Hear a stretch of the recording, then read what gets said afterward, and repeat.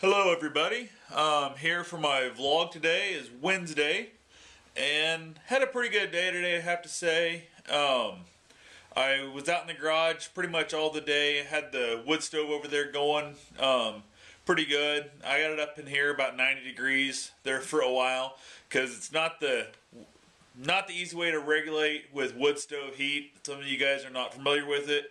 Once you get it fired up and going, sometimes it's hard to get it to settle back down again. I shut the flue down, closed down the inlet, but it still takes a while to kind of regulate the temperature real well, especially when it's not something you burn all day, every day. This hadn't been lit in probably a week and a half. So I really had it rocking, so the whole garage was extra cold, so it took me a little while to go ahead and get it warmed up and all that good stuff. So pretty much, I don't know, the first couple hours was a little bit chilly in here, and then it got a little warm for about an hour, and I got it regulated back down where I wanted it, and I'm pretty happy with that. So I went ahead and accomplished a couple shelves that I was in the process of building. I started to build them, I don't know, probably 3 months ago, and then just lost track of them, I guess. I just forgot that I was, working on them or what. I'd put them back in the corner, and I'd see them off and on, tell myself I need to get to it. Never did. Finally decided to go ahead and say to heck with it and knock them out. So basically, I don't know what the hell happened. I knew got a 10-foot shelf, pre-made, oak laminated on top particle board that I picked up at a specialty wood shop in Des Moines that I really got a good deal on, and they were on clearance. They were going to stop carrying them, so I basically brought them home. I needed to have 2 8-foot long pieces, and then I was going to have the 2-foot leftovers, which I didn't have any plans for.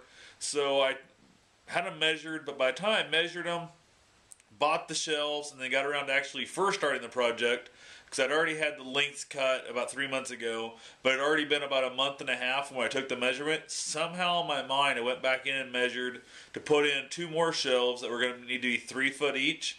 So somehow I guess I thought it'd be alright to cut the 3 foot off and leave the 7-foot shelf, because I remembered it being a even foot, no 6.5, no 8.5, no junk. And somehow in my mind I was convinced the 7 foot was the length I needed, and actually what I needed was 8 feet. So I ended up, one of them I finished out, I trimmed, I routed, all that good stuff. Only thing I haven't done yet is paint it or stain it, varnish it. I'm not sure what I'm doing with it yet, because my wife kind of throws a fit every once in a while. She doesn't get to pick the colors. So I'm going to let her decide and go from there. But being as how I need it to be 8 foot long, not 7 foot long, it wouldn't fit where I planned on putting it, which was above the opening between my kitchen and dining room. I was planning on putting the shelf above it, and now 7 foot will not work. So I actually moved it over to the front of the house above the front window leading out to the street, and set it up as kind of a cat shelf so she can run around up top there. I've done a little research, and they're saying cats become a lot more social, a lot less likely to fight, and all that good stuff when you can get them up real high like that. So I went ahead and put it up there.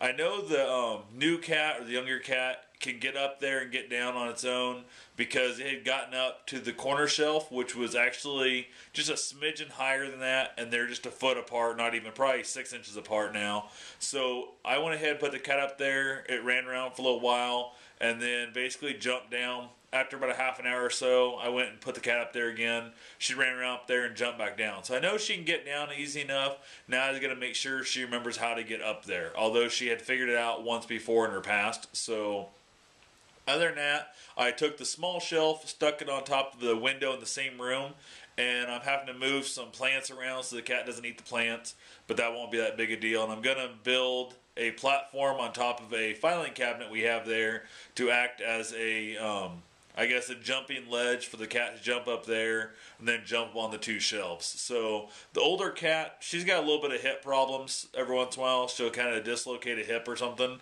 and she pulls a muscle or who knows what. The vets have looked at her every time, and every time it seems like they give a different answer. Same results, give her some pain pills, and basically, wait it out or have a $2,000 surgery, which it surprised me because every time I think the surgery's been around $2,000 to cost, but there's been different things they say they're going to fix each time. So apparently $2,000 is just a magic number if you're putting a cat under the knife. So other than that, the one really cool thing I did today, there's a game I play on the iPad called Tower Madness. And basically what you have is a group of sheep, and you have different types of weapons you can shoot at your aliens. Aliens will come down and come out in like packs and droves to try and steal your sheep and abduct your sheep, I guess would be the better word for it. And you have to shoot them with the different weapons you have. They have there's multiple different weapons you can buy with actual real money, but I'm a super cheapskate and do not want to pay real money for a weapon in a free game. So I basically have been working on a section of it that I could not beat forever. And I bet it's probably been, I don't know, I want to say in the probably 5-month range I've been working on this. And every time I go and look, whether it be on YouTube or even in the app itself, has people who have gotten the highest scores and who have beaten it. Every single one of them has bought a flamethrower, has bought, the extra specialty weapons that I didn't feel like spending the real money on. So I finally beat it just, I don't know, about a half an hour ago. So I'm pretty stoked about that. I know it makes no sense at all. It's just one of those things that really also has a bit of disappointment in my life right now, because once I've beat one of the levels, it gets to where it gets boring and stuff on me and this and that. So I have the little bit of down feeling about the fact that I actually have beaten that level now, and now that I've beaten it, it won't be nearly as much fun to play on that level.